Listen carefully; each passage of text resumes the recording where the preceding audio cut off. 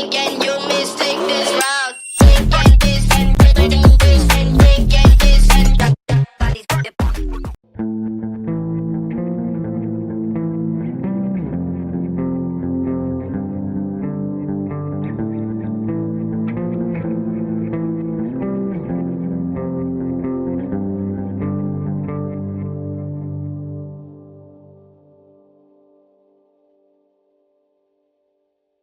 All the world's a stage, and all the men and women merely players. ये पंक्तियां हम में से कई लोगों ने सुनी हैं। इनका अर्थ है कि ये दुनिया एक मंच है और हर इंसान यहाँ एक किरदार निभाने आता है। लेकिन क्या आपने कभी सोचा है कि ये गहरी बात किसने कही थी? तो आइए जानते हैं इसके पीछे का इतिहास।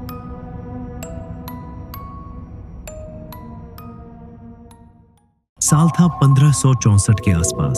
स्ट्रैटफोर्ड अपॉन एवन एक छोटा सा शहर था जहां लोग खुशी से जिंदगी बिता रहे थे। लेकिन उसी समय एक भयानक प्लेग पूरे इलाके में फैल गया। मानो लाशों की लहर दौड़ रही हो पूरे शहर में। गलियों में सन्नाटा था, घरों के दरवाजे बंद थे और हर तरफ मौत का डर था। इसी भय के बीच उसी समय हेनली स्ट्रीट पे एक घर में एक माँ ने अपने नवजात बच्चे को सीने से लगाकर प्रार्थना की, God, spare my child. Take anything but not him.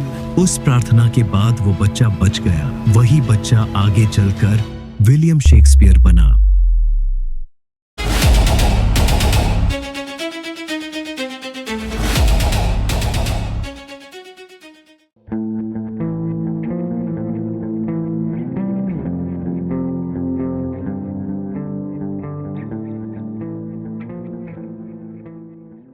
William Shakespeare के पिता का नाम था जॉन शेक्सपियर, जो चमड़े के काम से जुड़े एक कुशल कारीगर थे। वे ग्लोवर यानी दस्ताने बनाने वाले कारीगर थे और विटवर का काम भी करते थे, जिसका अर्थ है सफेद और मुलायम चमड़ा तैयार करना, खासकर दस्ताने बनाने के लिए। उनकी मां मेरी आर्डन एक समृद्ध किसान परिवार से थीं। मेरी के पिता रॉबर्ट आर्डन एक बड़े जमींदार थे। मेरी को विल्मकोट में एस्बीज नाम की जमीन विरासत में मिली थी। यह जमीन विल्मकोट गांव में थी, जो स्ट्रैटफोर्ड अपॉन एवन के पास पड़ता है। रॉबर्ट आर्डन की मृत्यु के बाद यह जमीन उनकी बेटी मेरी आर्डन को विरासत में मिली। यह सिर्फ एक छोटा खेत नहीं था। एस्बीज एक अच्छा खासा फार्म एस्टेट था, जिसमें खेती की जमीन, पेड़ और रहने की जगह भी थी। इस जमीन से अनाज और आमदनी मिलती थी, जिससे परिवार को आर्थिक सहारा मिलता था।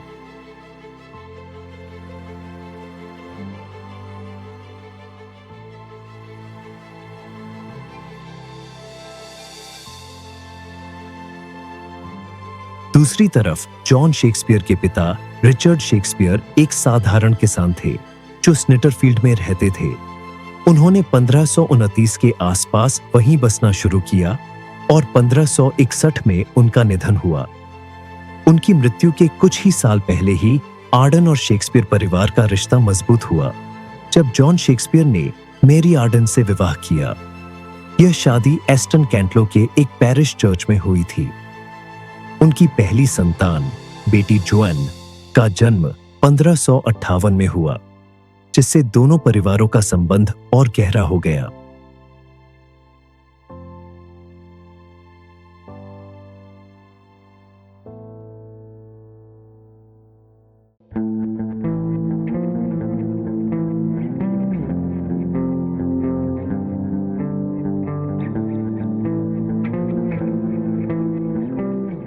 इस समय पूरे इंग्लैंड में बदलाव का समय चल रहा था। यूरोप में नवजागरण की लहर फैल रही थी, जहां लोग ज्ञान, कला और नए विचारों की ओर बढ़ रहे थे। लेकिन इंग्लैंड के अंदर धर्म को लेकर गहरा संघर्ष चल रहा था। पहले यहां कैथोलिक चर्च का प्रभाव था, जो सीधे रोम और पोप से जुड़ा था। लेकिन राजा हेनरी आठ ने इस व्यवस्था को तोड़ दिया। उन्होंने रोम के पोप से संबंध खत्म कर दिए और इंग्लैंड का अपना चर्च ऑफ इंग्लैंड निर्माण किया। इसके पीछे निजी कारण थे, खासकर उनका विवाह और उत्तराधिकार का सवाल।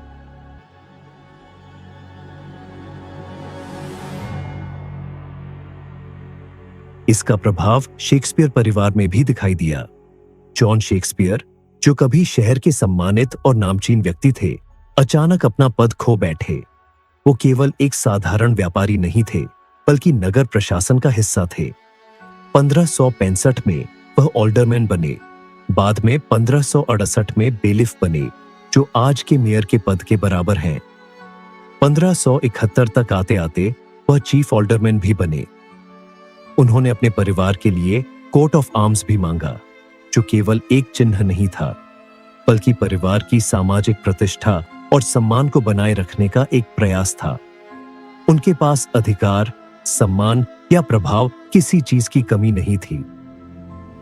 1570 के दशक के अंत तक जॉन शेक्सपियर के हालात तेजी से बिगड़ने लगे। उस समय नए चर्च को मानना कानून बन चुका था, लेकिन उन्होंने चर्च जाना और परिषद की बैठकों में शामिल होना कम कर दिया, जिससे उन पर जुर्माना बढ़ता गया। कुछ अभिलेख यह भी संकेत देते हैं कि वह अवैध ऊन व्यापार और सूद पर पैसे देने जैसे मामलों में उलझ गए थे। हालांकि ये आरोप पूरी तरह सिद्ध नहीं है। बढ़ते कर्ज और कानूनी दबाव ने उनकी आर्थिक स्थिति कमजोर कर दी और वह धीरे धीरे सार्वजनिक जीवन से दूर होते गए। यहां तक कहा जाता है कि वह लेनदारों के डर से सामने आना भी कम कर चुके थे। यही कारण था कि उनका व्यावसायिक जीवन भी धीरे धीरे अंत की ओर आने लगा। दबाव बढ़ता गया। उन्होंने अपनी पत्नी मैरी की जमीन गिरवी रख दी। संपत्ति बेचनी पड़ी। शेक्सपियर परिवार अपने अंत की ओर पड़ने लगा।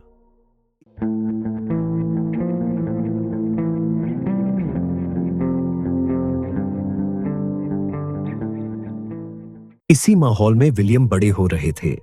विलियम शेक्सपियर जॉन और मेरी शेक्सपियर के 8 बच्चों में से एक थे। उस समय बच्चों की मृत्यु आम थी। उनकी बड़ी बहन जोन शेक्सपियर की मृत्यु जन्म के कुछ ही हफ्तों के अंदर हो गई थी। इसके बाद उनकी दूसरी बड़ी बहन मार्गरेट भी बचपन में चल बसी।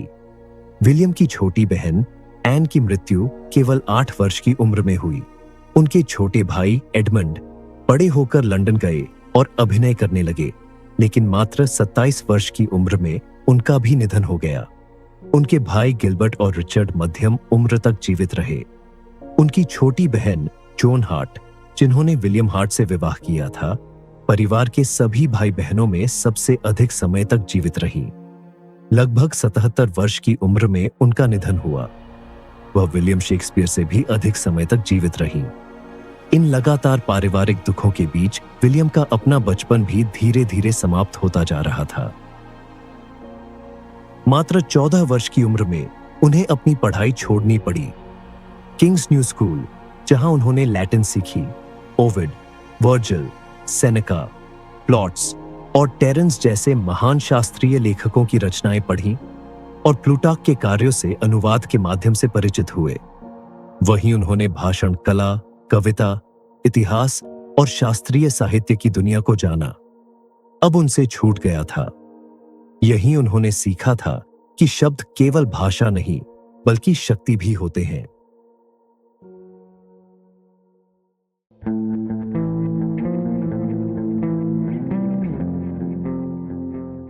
सबसे पहले बात करें ओविड की।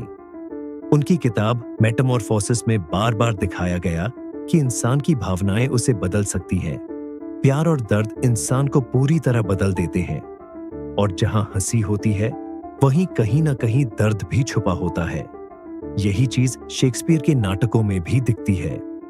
अ मिडसमर नाइट्स ड्रीम में पिरामस और थिस्बी 2 प्रेमी होते हैं, जिनके परिवार उनके रिश्ते के खिलाफ होते हैं।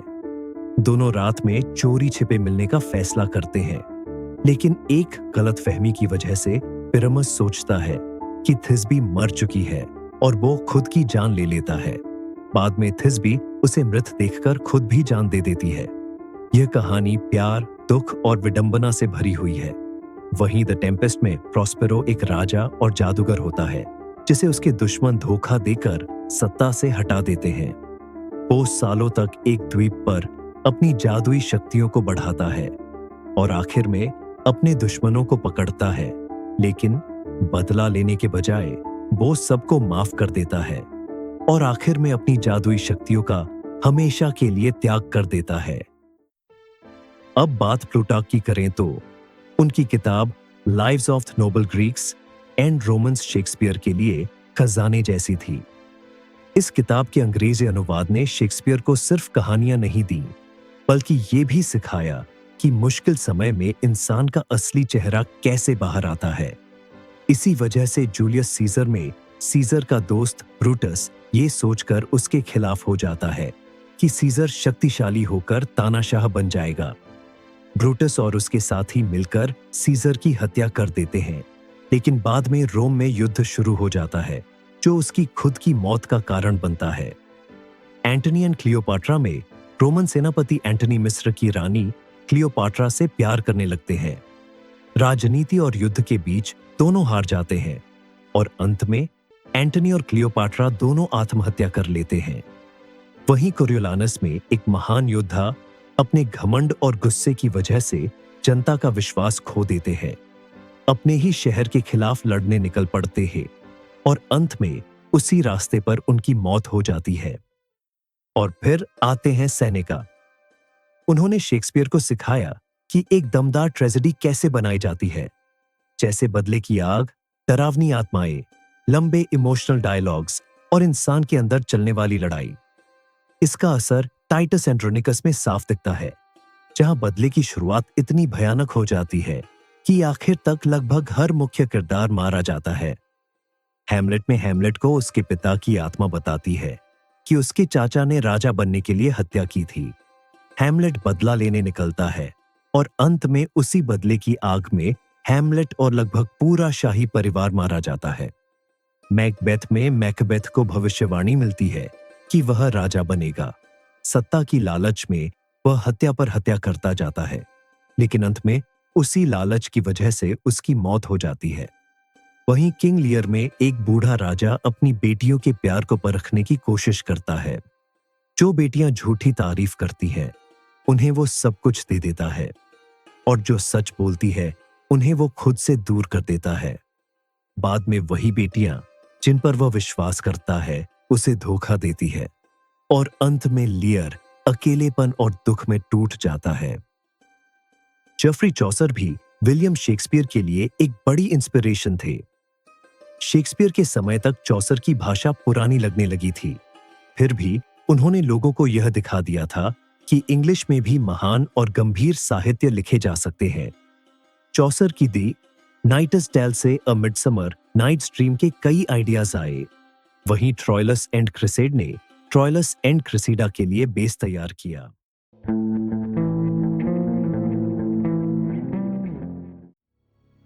आगे चलकर शेक्सपियर के जीवन में बाधाएं बढ़ती गई। ऑक्सफोर्ड और कैम्ब्रिज के सपने अब सिर्फ सपने ही रह गए थे। उन्हें अपने पिता के काम में हाथ बंटाना पड़ा। दुकान पर खड़े रहना और चमड़े के दस्ताने बनाना, इसी चीज से वह अपना गुजारा करने लगे। लेकिन उनके भीतर एक अलग ही दुनिया चल रही थी। I have read every book in that schoolroom. I know more Latin than half the men in this town. And now I must spend my life stitching gloves? यह उनकी अंदर की आवाज थी, जो उनके सपनों और बेचैनी को साफ दर्शाती है।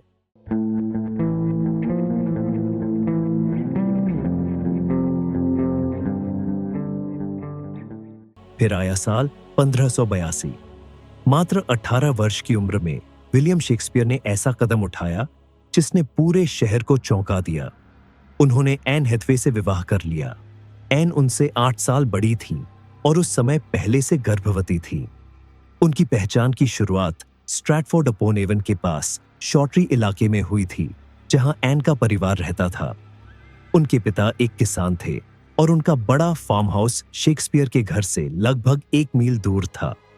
कहा जाता है पड़ोसी होने के कारण दोनों परिवारों में आना जाना रहा होगा, और इसी दौरान 18 साल के युवा शेक्सपियर और 26 साल की एन के बीच प्यार की शुरुआत हुई होगी।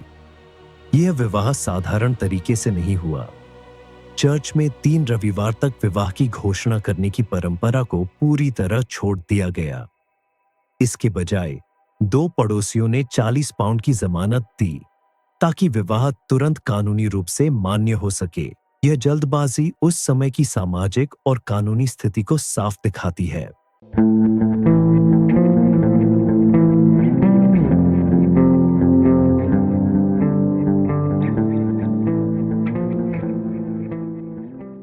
विवाह के 6 महीने बाद उनकी पहली संतान सुजाना का जन्म हुआ।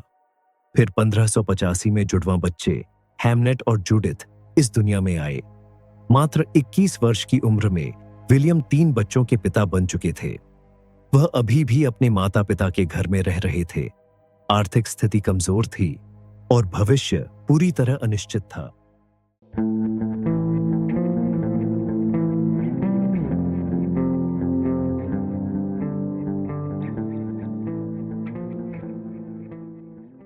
और फिर इसी संघर्ष भरे जीवन के बीच एक ऐसा मोड़ आता है जब विलियम शेक्सपियर अचानक कुछ वर्षों के लिए इतिहास से गायब हो जाते हैं। 1585 से 1592 के बीच पूरे 7 साल ऐसे हैं जहां विलियम शेक्सपियर का कोई ठोस रिकॉर्ड नहीं मिलता।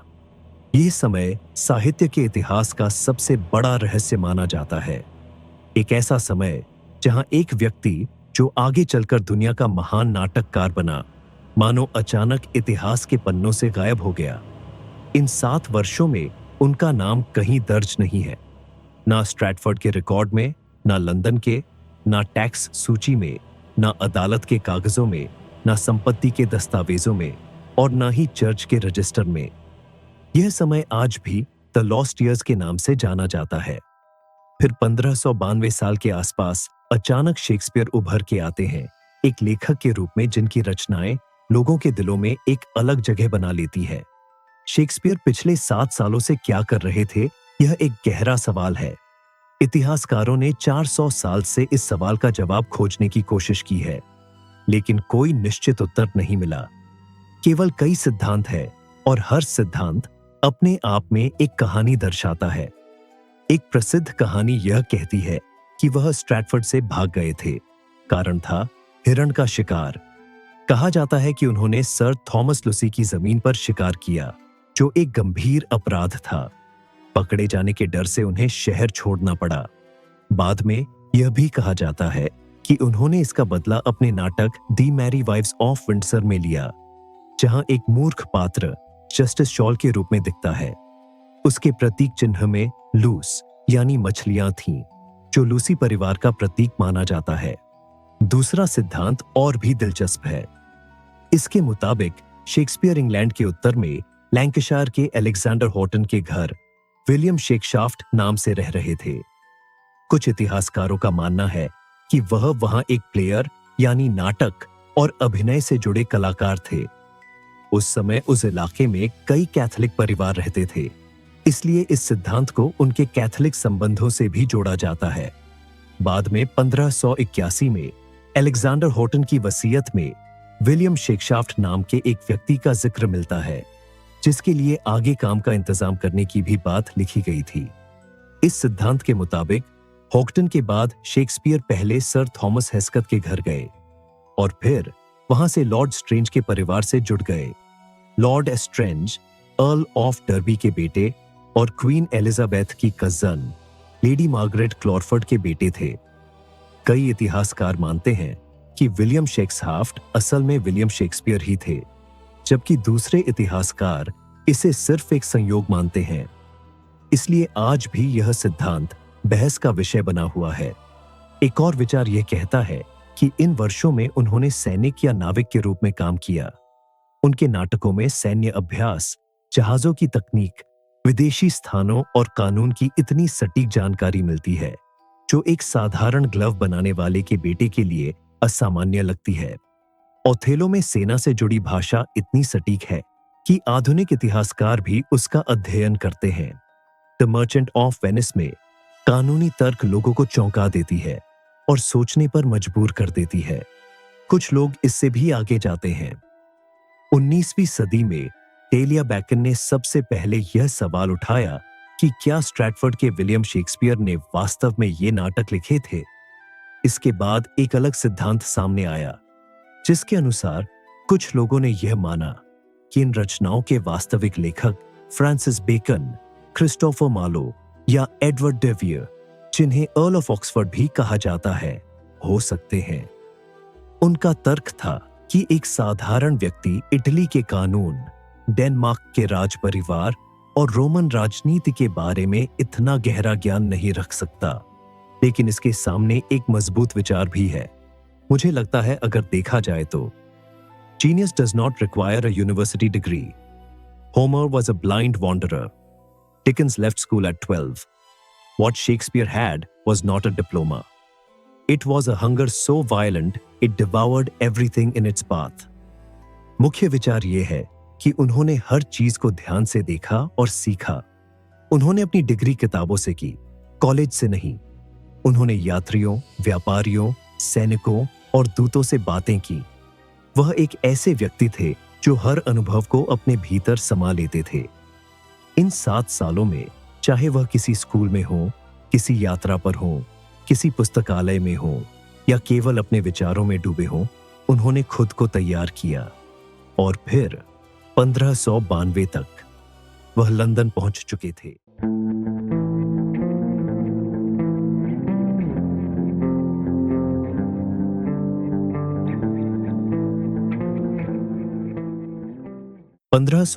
में लंदन इंग्लैंड का सबसे बड़ा शहर था, जहां थिएटर एक स्थापित पेशा बन चुका था। उस समय नाटक केवल मनोरंजन नहीं, बल्कि प्रतिष्ठा और आय का मुख्य साधन था। इसलिए लेखकों के बीच कड़ी प्रतियोगिता रहती थी। जो लेखक प्रभावशाली और लोकप्रिय रचनाएं लिखते थे, वे जल्दी पहचान बना लेते थे, जबकि बाकी समय के साथ भुला दिए जाते थे। इसी माहौल में विलियम शेक्सपियर लंदन आए। यह शहर उनके लिए अवसरों का केंद्र था, लेकिन उनके पास न कोई औपचारिक डिग्री थी और न ही कोई स्थापित पहचान, जो उनके लिए एक बड़ी चुनौती बन गई थी। उस समय लंदन के मंच पर सबसे बड़ा नाम क्रिस्टोफर मार्लो का था। उन्होंने डॉक्टर फाउस्टस, तम्बरलेन और द जू ऑफ माल्टा जैसे नाटक लिखे थे, जो अपनी गहराई और साहस के लिए जाने जाते थे। उनके लेखन में धर्म, पाप और शक्ति जैसे विषय खुलकर सामने आते थे। वह केवल लेखक नहीं थे, बल्कि उनके बारे में यह भी कहा जाता था कि वह एलिजाबेथ प्रथम के नियुक्त किए गए गुप्तचर थे।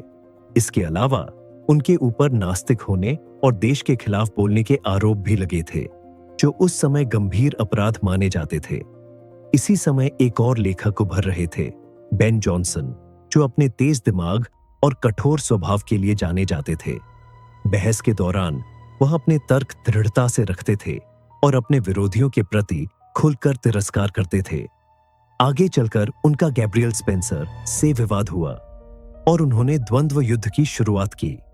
उस समय द्वंद्व एक निजी लड़ाई होती थी, जिसमें 2 लोग आमने सामने हथियार लेकर लड़ते थे। इसी द्वंद्व में जॉनसन ने स्पेंसर को मार दिया। इस घटना के बाद उनकी छवि और भी प्रभावशाली हो गई।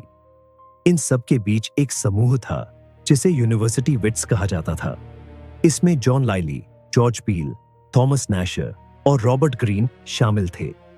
ये सभी उच्च शिक्षा प्राप्त थे और ऑक्सफोर्ड या कैम्ब्रिज से जुड़े हुए थे। उन्हें अपने ज्ञान पर गर्व था और वे खुद को दूसरों से श्रेष्ठ मानते थे। उनके लिए थिएटर एक ऐसा क्षेत्र था जहां वे अपनी शिक्षा और प्रतिभा का प्रदर्शन करते थे। ऐसे समय विलियम शेक्सपियर को प्रतिष्ठित होने में थोड़ी विपदा आई। वह इन लोगों की तरह शिक्षित नहीं थे, लेकिन फिर भी वह नाटक लिख रहे थे और लोगों का ध्यान खींच रहे थे। यही बात कई लोगों को पसंद नहीं आई। 1592 में जब रॉबर्ट ग्रीन अपनी मृत्यु के करीब थे, उन्होंने एक किताब लिखी, अ ग्रोट्स वर्थ ऑफ विट। इस किताब में उन्होंने शेक्सपियर पर सीधा हमला किया। उन्होंने लिखा, There is an upstart crow, beautified with our feathers, tiger's heart wrapped in a player's hide. इसका मतलब यह था कि वह शेक्सपियर को एक ऐसा व्यक्ति मानते थे जो दूसरों की कला को अपनाकर खुद को बड़ा दिखा रहा है। यह एक सार्वजनिक अपमान था। इस स्थिति में सामान्य रूप से कोई भी व्यक्ति जवाब देता, लेकिन शेक्सपियर ने ऐसा नहीं किया। उन्होंने एक भी शब्द नहीं कहा। उन्होंने चुप रहकर केवल अपना काम जारी रखा। यही चुप्पी उनकी ताकत बन गई। समय के साथ रॉबर्ट ग्रीन की मृत्यु हो गई और उनका नाम धीरे धीरे साहित्य के पन्नों से मिटने लगा, जबकि शेक्सपियर आगे बढ़ते रहे। 1593 में एक और बड़ी घटना हुई। क्रिस्टोफर मार्लो की अचानक मृत्यु हो गई। उन्हें एक सराय में झगड़े के दौरान मार दिया गया, लेकिन इस घटना के पीछे कई संदेह जुड़े हुए थे। माना जाता है कि मार्लो रानी एलिजाबेथ प्रथम की सरकार के लिए गुप्तचर के रूप में काम करते थे। उनकी मृत्यु से ठीक पहले उन पर नास्तिकता और देशद्रोह जैसे गंभीर आरोप लगाए गए थे, जिससे उन पर राजनीतिक दबाव भी बढ़ गया था। ऐसा भी कहा जाता है कि उनके पास सरकार के कुछ उच्च अधिकारियों से जुड़ी गोपनीय जानकारी थी, जो उनके अंत का मूल कारण हो सकता है। सबसे रहस्यमय बात यह थी कि जिस सराय में उनकी हत्या हुई, वहां मौजूद बाकी तीनों व्यक्ति भी सरकारी गुप्त सेवा से जुड़े हुए बताए जाते हैं। इसी कारण कई लोग मानते हैं कि उनकी मृत्यु केवल एक साधारण झगड़ा नहीं, बल्कि एक योजनाबद्ध घटना हो सकती है। हालांकि इसका कोई पक्का प्रमाण आज तक नहीं मिला है। मार्लो की मृत्यु के बाद थिएटर की दुनिया में एक खाली स्थान बन गया। यह वह समय था जब शेक्सपियर आगे बढ़ सकते थे। उन्होंने इस अवसर को पहचाना और अपने लेखन को जारी रखा।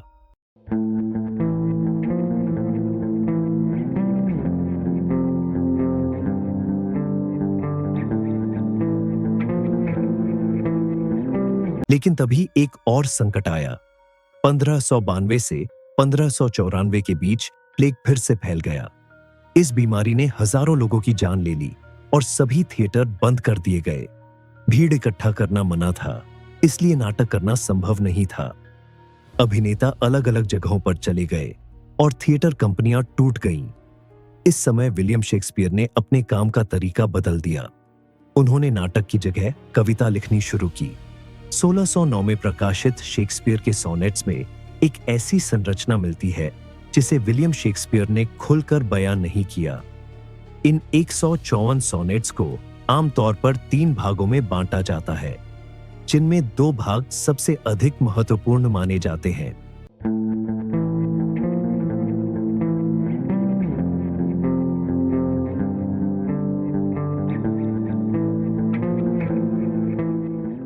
पहले 126 सोनेट्स एक फेयर यूथ नाम के युवा पुरुष को संबोधित है। इन कविताओं में उनकी सुंदरता की प्रशंसा की गई है और उनको संतान उत्पन्न करने की सलाह दी गई है, ताकि उनकी सुंदरता आने वाली पीढ़ियों तक बनी रहे। सोनेट 18 की पंक्ति, Shall I compare thee to a summer's day? Thou art more lovely and more temperate, इस बात का सबूत है।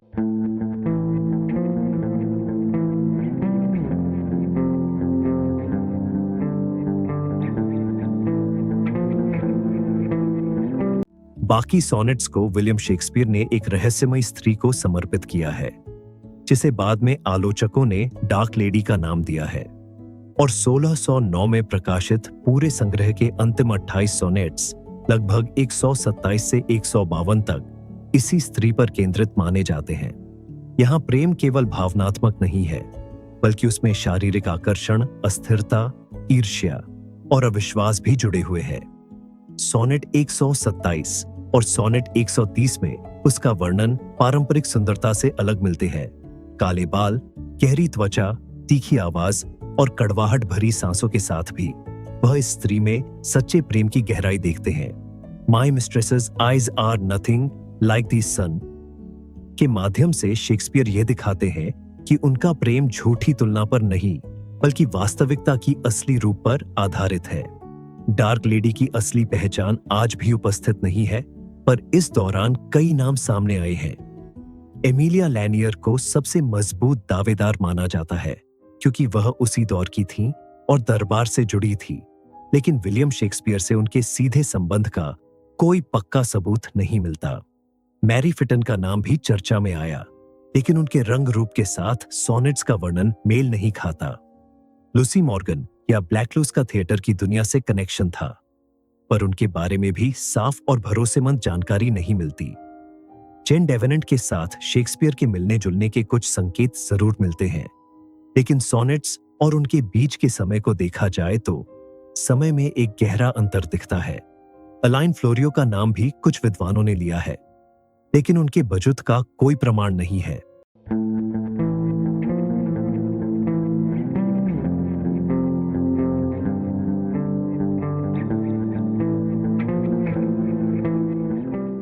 विलियम शेक्सपियर के सोनेट्स में फेयर यूथ और डार्क लेडी एक जटिल लव ट्रायंगल में जुड़े हैं, जहां फेयर यूथ आदर्श और भावनात्मक प्रेम का प्रतीक है, जबकि डार्क लेडी शारीरिक आकर्षण और जटिल अस्थिर स्वभाव को दर्शाती है। सोनेट 144 में कवि कहते हैं, two loves I have of comfort and despair, और आगे, the better angel is a man right fair, the worser spirit a woman coloured ill, जिससे स्पष्ट होता है कि उनके जीवन में दो विपरीत प्रेम एक साथ मौजूद है। यहां डार्क शब्द केवल रंग का संकेत नहीं देता, बल्कि नैतिक अंधकार, आकर्षण और आंतरिक संघर्ष का भी प्रतीक है। कुछ विद्वानों का यह भी मानना है कि डार्क लेडी का संबंध फेयर यूथ से भी हो सकता है, जिससे कवि के भीतर जलन, विश्वासघात और गहरा मानसिक संघर्ष पैदा होता है।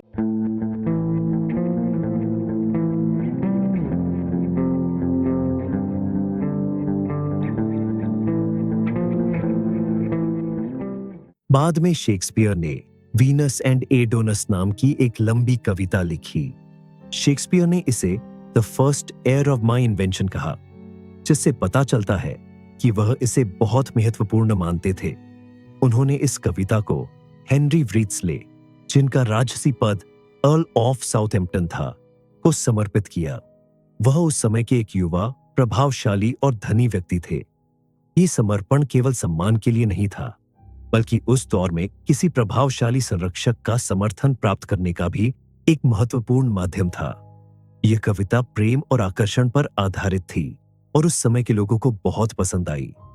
यह इतनी सफल हुई कि इसे बार बार छापा गया और शेक्सपियर का नाम दूर दूर तक फैलने लगा।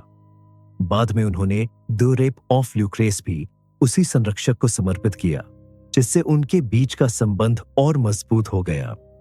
एलिजाबेथियन युग में किसी बड़े और प्रभावशाली संरक्षक का समर्थन मिलना लेखकों और कलाकारों के लिए बहुत महत्वपूर्ण माना जाता था, क्योंकि इससे उन्हें आर्थिक सहायता, सामाजिक प्रतिष्ठा और अपने कार्य को आगे बढ़ाने के अवसर मिलते थे। कुछ विद्वानों का मानना है कि शेक्सपियर के शुरुआती सोनेट्स, जिन्हें प्रोक्रिएशन सोनेट्स कहा जाता है, शायद हेनरी व्रियोथेस्ली, अर्ल ऑफ साउथहैम्पटन को संबोधित थे। उस समय साउथहैम्पटन पर उनके अभिभावक लॉर्ड बर्कली द्वारा विवाह करने का दबाव डाला जा रहा था, जो उन्हें अपनी पोती एलिजाबेथ वेयर से शादी करवाना चाहते थे। कुछ लोग यह भी मानते हैं कि शेक्सपियर को इन सोनेट्स के माध्यम से साउथहैम्पटन को विवाह के लिए प्रेरित करने हेतु भुगतान किया गया हो सकता है।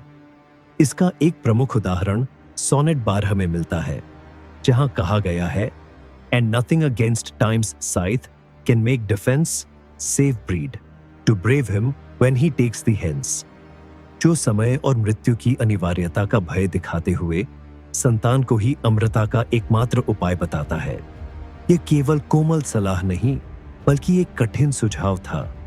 हालांकि साउथहैम्पटन ने इस दबाव को स्वीकार नहीं किया।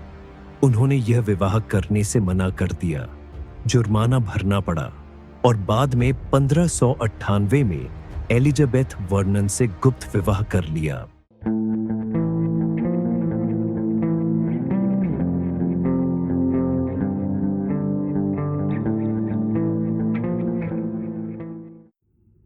इसी बीच अगस्त 1596 में जब विलियम शेक्सपियर लंदन में काम कर रहे थे, उन्हें स्ट्रैटफोर्ड से अपने बेटे हैमनेट की मृत्यु की सूचना मिली। हैमनेट की उम्र 11 वर्ष थी।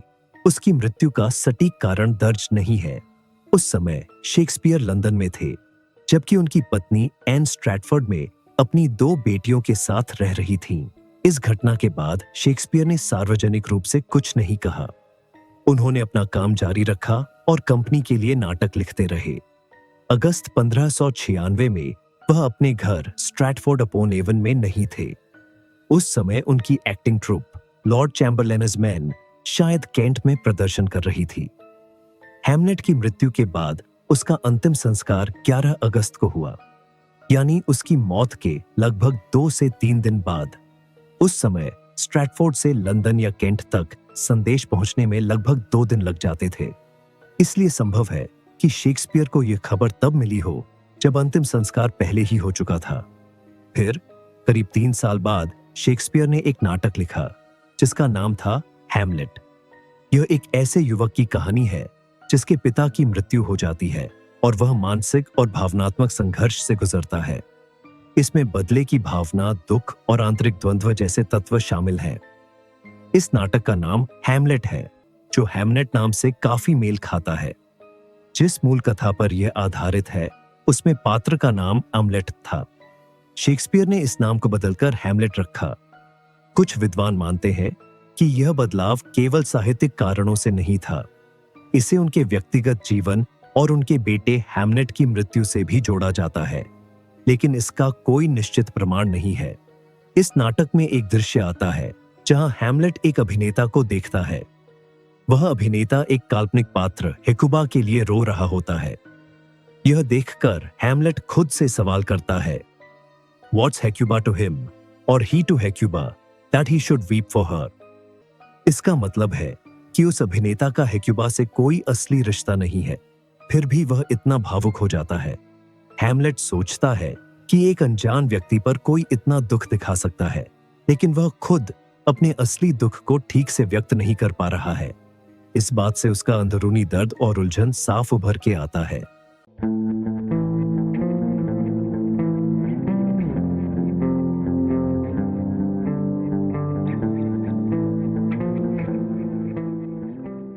सन 1599 में शेक्सपियर के जीवन में एक बड़ा बदलाव आया।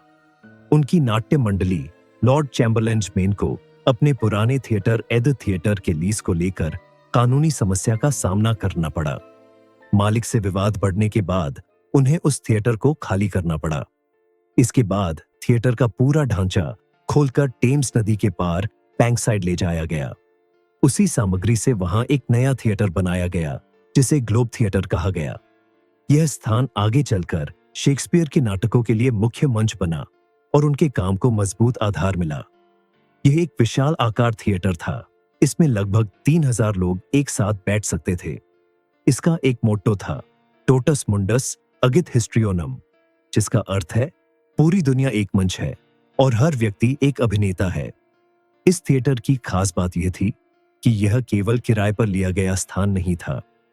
इसे कंपनी के सदस्यों ने मिलकर बनाया था। शेक्सपियर इसमें हिस्सेदार थे, लगभग 12.5% के मालिक। इसका मतलब यह था कि वह केवल लेखक नहीं थे, बल्कि एक व्यापारी भी थे, जिनकी इस थिएटर में सीधी हिस्सेदारी थी। लेकिन यह सफलता भी स्थायी नहीं रही। 1613 में जब उनके ही नाटक हेनरी VIII का मंचन हो रहा था, एक दृश्य के दौरान मंच पर इस्तेमाल की गई तोप से जलती हुई सामग्री छत पर जा गिरी। छत सूखी घास की बनी थी। आग तेजी से फैल गई। 2 घंटे से भी कम समय में पूरा ग्लोब थिएटर जलकर खत्म हो गया। एक गवाह के अनुसार इस घटना में केवल एक व्यक्ति घायल हुआ, जिसके कपड़ों में आग लग गई थी और उसने खुद को बियर डालकर बचाया। उस समय तक शेक्सपियर लंदन छोड़ चुके थे और स्ट्रैटफोर्ड लौट चुके थे। उन्होंने इस थिएटर को दोबारा बनाने में कोई हिस्सेदारी नहीं निभाई। अगले साल एक नया ग्लोब थिएटर बना, लेकिन उसमें उनका कोई योगदान नहीं था। उनके जीवन का वह अध्याय जो मंच और भीड़ से जुड़ा था, धीरे धीरे समाप्त हो चुका था।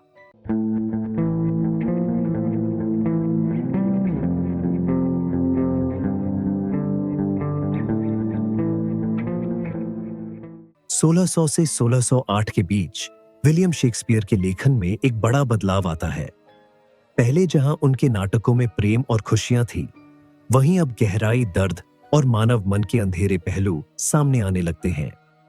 कॉमेडी धीरे धीरे कम हो जाती है और उनकी जगह ऐसी ट्रेजेडी ले लेती है जो अंग्रेजी भाषा में पहले कभी इस रूप में नहीं लिखी गई थी।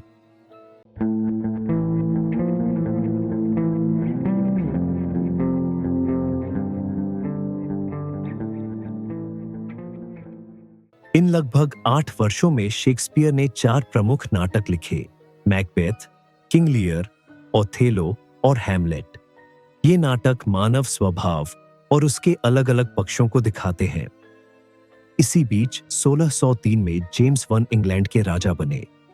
उनके शासन के बाद शेक्सपियर की नाटक कंपनी को सीधा शाही संरक्षण मिला और उनका नाम बदलकर किंग्समैन रख दिया गया। यह एक बहुत बड़ा बदलाव था, क्योंकि अब उन्हें सीधे राजा का समर्थन प्राप्त था। किंग जेम्स को जादू टोना और विचक्राफ्ट में गहरी रुचि थी। उन्होंने इस विषय पर खुद एक किताब भी लिखी थी। इसी कारण शेक्सपियर ने मैकबेथ लिखा, जिसमें जादूगरनियां, स्कॉटलैंड का राजा और सत्ता के लिए साजिश जैसे विषय शामिल थे।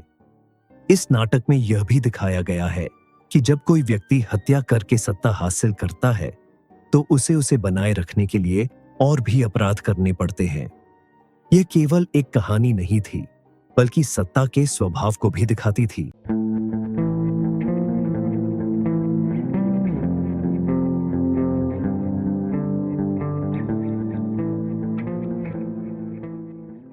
इसी समय बेन जॉनसन और शेक्सपियर के बीच प्रतिस्पर्धा भी चल रही थी।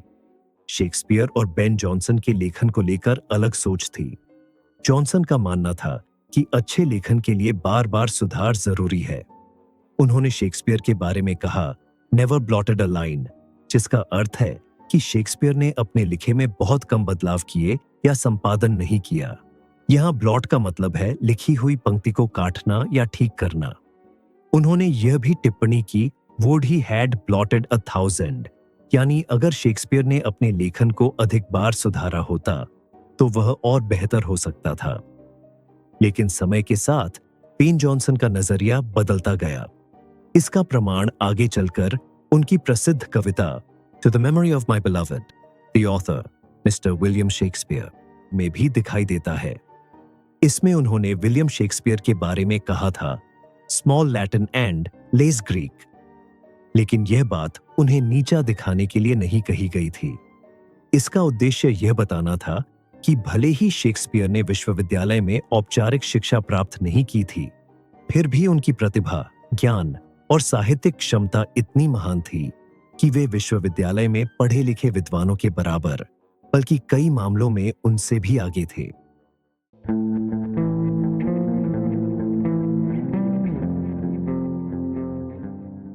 इनके अलावा भी कई सारे लेखक थे जो शेक्सपियर को अपना आदर्श मानते थे, जैसे कि जॉन मिल्टन ने अपने फेमस महाकाव्य पैराडाइज लॉस्ट में शेक्सपियर की ट्रेजेडी स्टाइल और इंसानी संघर्षों का असर इस्तेमाल किया। रोमांटिक दौर के पोएट्स, खासकर जॉन कीट्स, शेक्सपियर को लिटरेचर का सबसे बड़ा आदर्श मानते थे। कीट्स का फेमस आइडिया नेगेटिव कैपेबिलिटी भी शेक्सपियर के कैरेक्टर्स को देखकर आया था। इसका मतलब है कि जिंदगी के हर सवाल का आसान जवाब ढूंढने की बजाय उसकी उलझनों और कॉन्ट्रडिक्शंस को एक्सेप्ट करना। अमेरिकी राइटर हरमन मेलविल ने मोबी डिक लिखते समय भी शेक्सपियर से प्रेरणा ली। उसके कैरेक्टर कैप्टन एहैब में किंग लियर जैसी जिद, अहंकार और दुख साफ दिखाई देता है। मॉडर्न समय में भी वर्जीनिया वुल्फ, जॉर्ज लुइस बोर्खेस और टॉम स्टॉपर्ड जैसे राइटर्स शेक्सपियर को अपने लिटरेचर का सबसे बड़ा सेंटर मानते थे। सिर्फ लिटरेचर ही नहीं, इंग्लिश लैंग्वेज पर भी शेक्सपियर का बहुत गहरा असर पड़ा।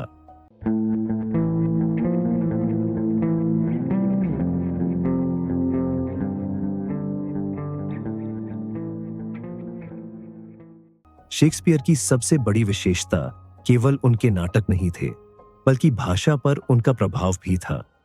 उन्होंने 1700 से अधिक नए शब्दों का निर्माण किया या उन्हें पहली बार लिखित रूप में दर्ज किया, जैसे बेडरूम, लोनली, आईबॉल, मैनेजर और भी कई सारे।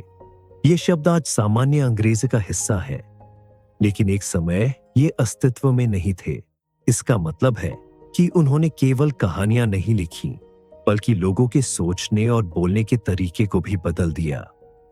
उनके नाटकों में गहरी समझ दिखाई देती है।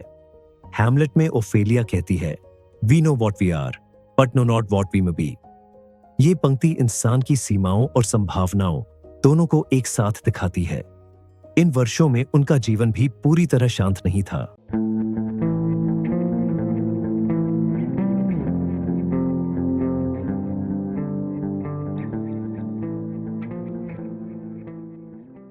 (1601) में उनके पिता जॉन की मृत्यु हो गई।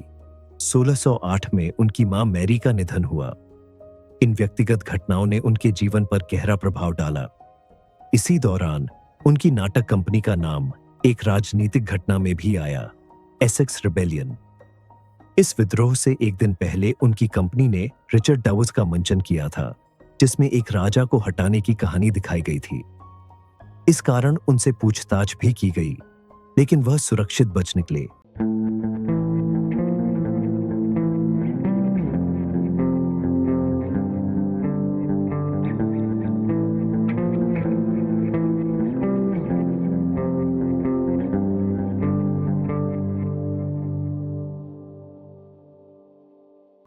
सोलह 1608 तक शेक्सपियर लगभग 35 नाटक लिख चुके थे। उनकी उम्र 44 वर्ष थी। जो व्यक्ति कभी थिएटर के बाहर घोड़े पकड़ने का काम करते थे, वे अब इंग्लैंड के सबसे प्रसिद्ध नाटककार बन चुके थे। लगभग 1610 के आसपास विलियम शेक्सपियर ने लंदन छोड़ दिया और अपने घर स्ट्रैटफोर्ड अपॉन एवन लौट आए। उनकी उम्र तब 46 साल थी। लगभग 20 साल उन्होंने लंदन में बिताए थे, वही शहर जिसने उन्हें पहचान दी, नाम दिया और एक नई दुनिया दी। अब वह उस शहर में लौट रहे थे जो कभी उन्हें एक बंद जगह जैसा लगता था। इस बार वह खाली हाथ नहीं थे। वह एक सफल लेखक, एक हिस्सेदार और एक सम्मानित व्यक्ति बन चुके थे।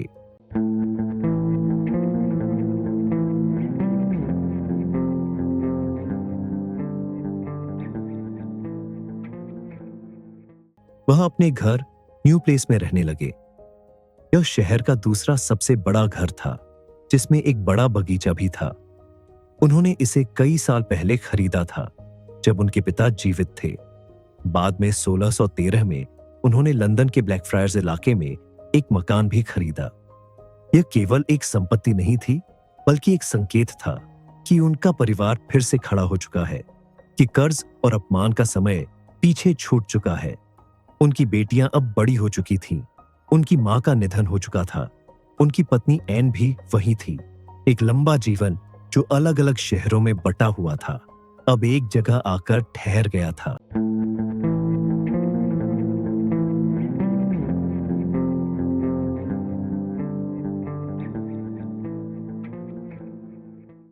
इन वर्षों में उन्होंने बहुत कम लिखा, केवल 2 नाटक, द विंटर्स टेल और द टेम्पेस्ट। इसके बाद वह लगभग पूरी तरह शांत हो गए। द टेम्पेस्ट को पढ़ते समय ऐसा लगता है जैसे एक व्यक्ति धीरे धीरे अपने काम से विदाई ले रहा है।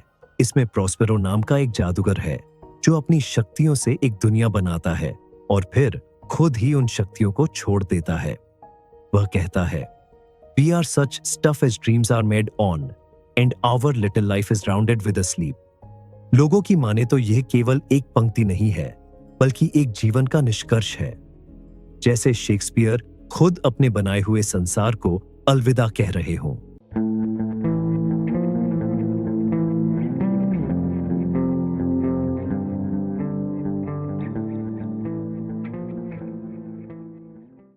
उनके जीवन के अंतिम वर्षों के बारे में बहुत कम जानकारी मिलती है। 1613 में उन्होंने एक संपत्ति के दस्तावेज पर हस्ताक्षर किए। यह उनके लिखने का अंतिम प्रमाण माना जाता है। इन हस्ताक्षरों में एक बदलाव दिखता है। हाथ पहले जैसे स्थिर नहीं थे। कुछ लोग मानते हैं कि वह बीमार थे या उनके हाथ में कंपन आ गया था। इसके कुछ साल बाद 1616 में उन्होंने अपनी वसीयत लिखी। जनवरी में इसे तैयार किया गया और मार्च में इसे जल्दी जल्दी संशोधित किया गया, जिससे यह संकेत मिलता है कि उस समय कुछ अप्रत्याशित हुआ था। उनकी वसीयत की एक पंक्ति आज भी सबसे ज्यादा चर्चा में रहती है। उन्होंने अपनी पत्नी एन के लिए लिखा, "second best bed with the furniture." कोई विशेष शब्द नहीं, कोई भावनात्मक वाक्य नहीं।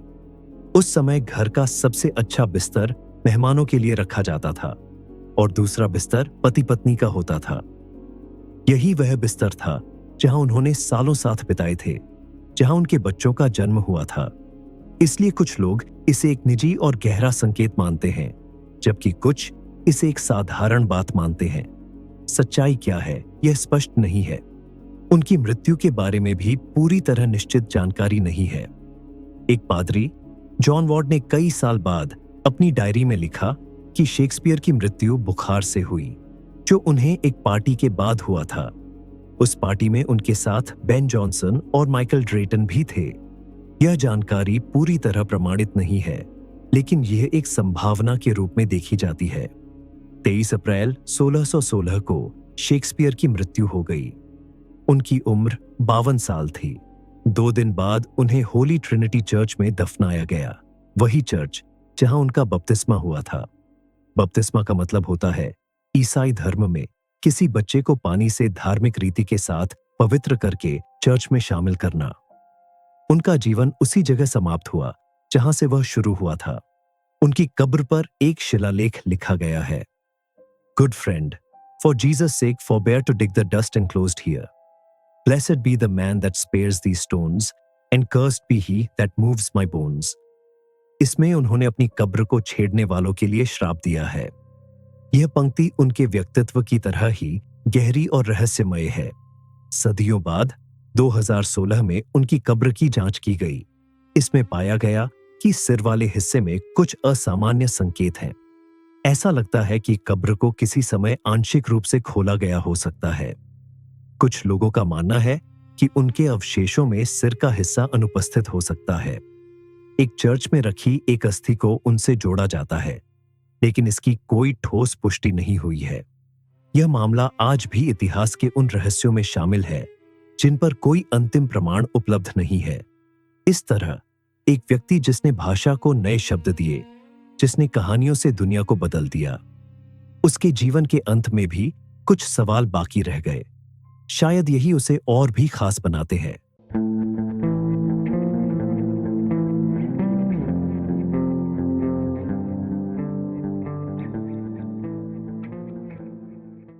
शेक्सपियर की मृत्यु के लगभग 7 साल बाद 2 अभिनेता जॉन हेमिंग्स और हेनरी कॉन्डेल सामने आए। वे कोई राजा या विद्वान नहीं थे, बल्कि उनके पुराने साथी थे। उन्होंने शेक्सपियर के बचे हुए सभी नाटकों को इकट्ठा किया और 1623 में एक किताब के रूप में प्रकाशित किया, जिसे फर्स्ट फोलियो कहा गया। अगर यह प्रयास न होता तो मैकबेथ, ट्वेल्थ नाइट, एद टेम्पेस्ट और एज यू लाइक इट जैसे कई महान नाटक शायद हमेशा के लिए खो जाते। इसी एक कदम ने शेक्सपियर की रचनाओं को समय में खोने से बचा लिया और उन्हें आने वाली पीढ़ियों तक पहुंचा दिया। उन्होंने सिर्फ कहानियां नहीं लिखी, बल्कि इंसान को समझने का तरीका बदल दिया।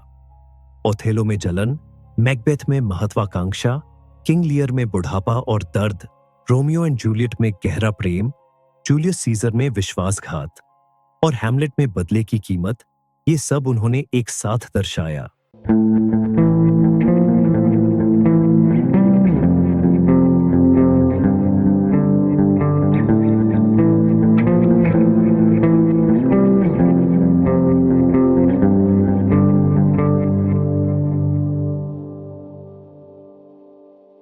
उन्होंने ऐसे वाक्य दिए जो आज आम भाषा का हिस्सा है।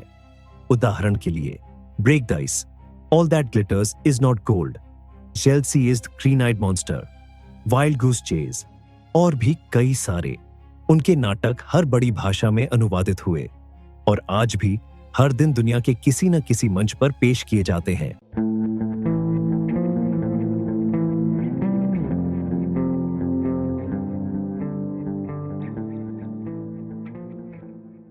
विलियम शेक्सपियर ने लगभग 39 नाटक लिखे। इनमें ट्रेजेडी, कॉमेडी और हिस्ट्री तीनों शामिल हैं। उन्होंने 154 सोनेट्स भी लिखे, जो उनकी कविता का खास हिस्सा है। इसके अलावा 2 लंबी नैरेटिव कविताएं भी लिखी, वीनस एंड अडोनिस और द रेप ऑफ लुक्रेशी। इसी के साथ उनकी रचनाएं एक विशाल विरासत बन गईं। नाटक, कविताएं और सोनेट्स, इन सब ने मिलकर उन्हें दुनिया का सबसे प्रभावशाली लेखक बना दिया, जिनके शब्द आज भी जीवित हैं।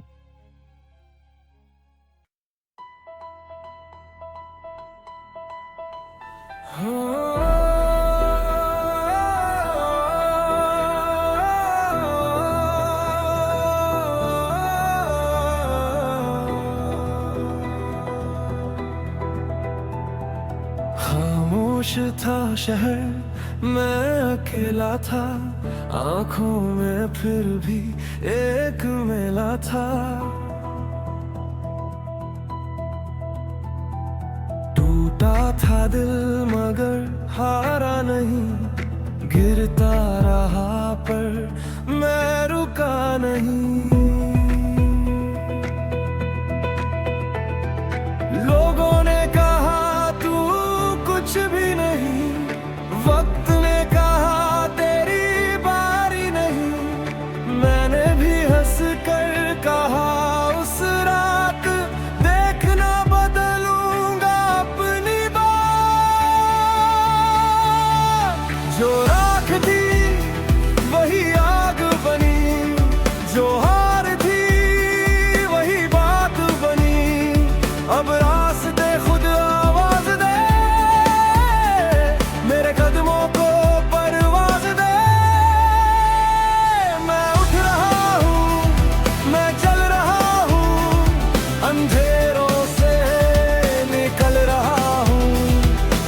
सपना था खो में कहीं, अब दुनिया को दिख रहा हूँ मैं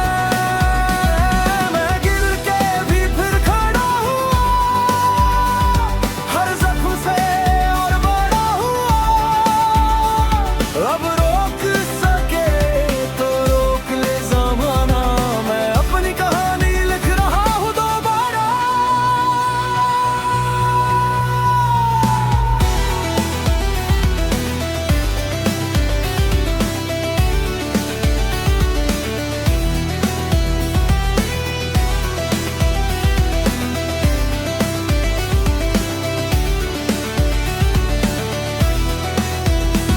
न ताज मिला न कोई नाम, बस दिल में था एक छोटा सा ख्वाब।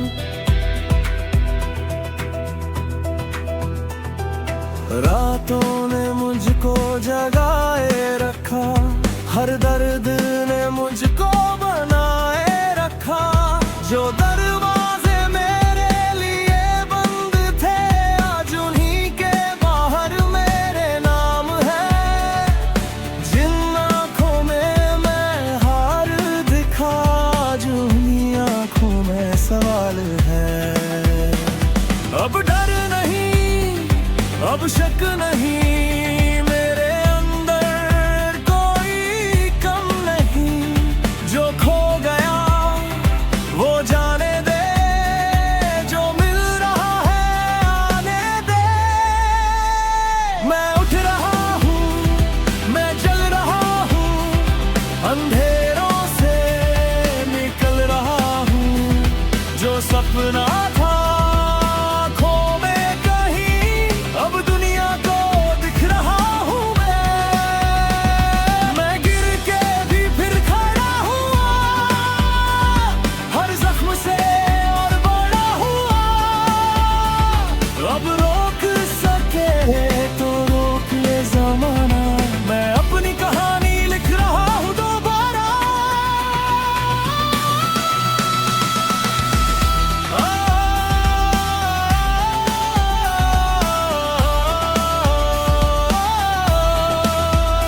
अब आवाज मेरी दबेगी नहीं,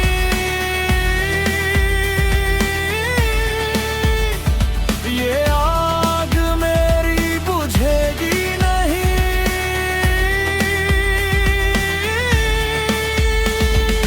कल जो था ख्वाब आज मेरा है, जो रास्ता था अब सवेरा है।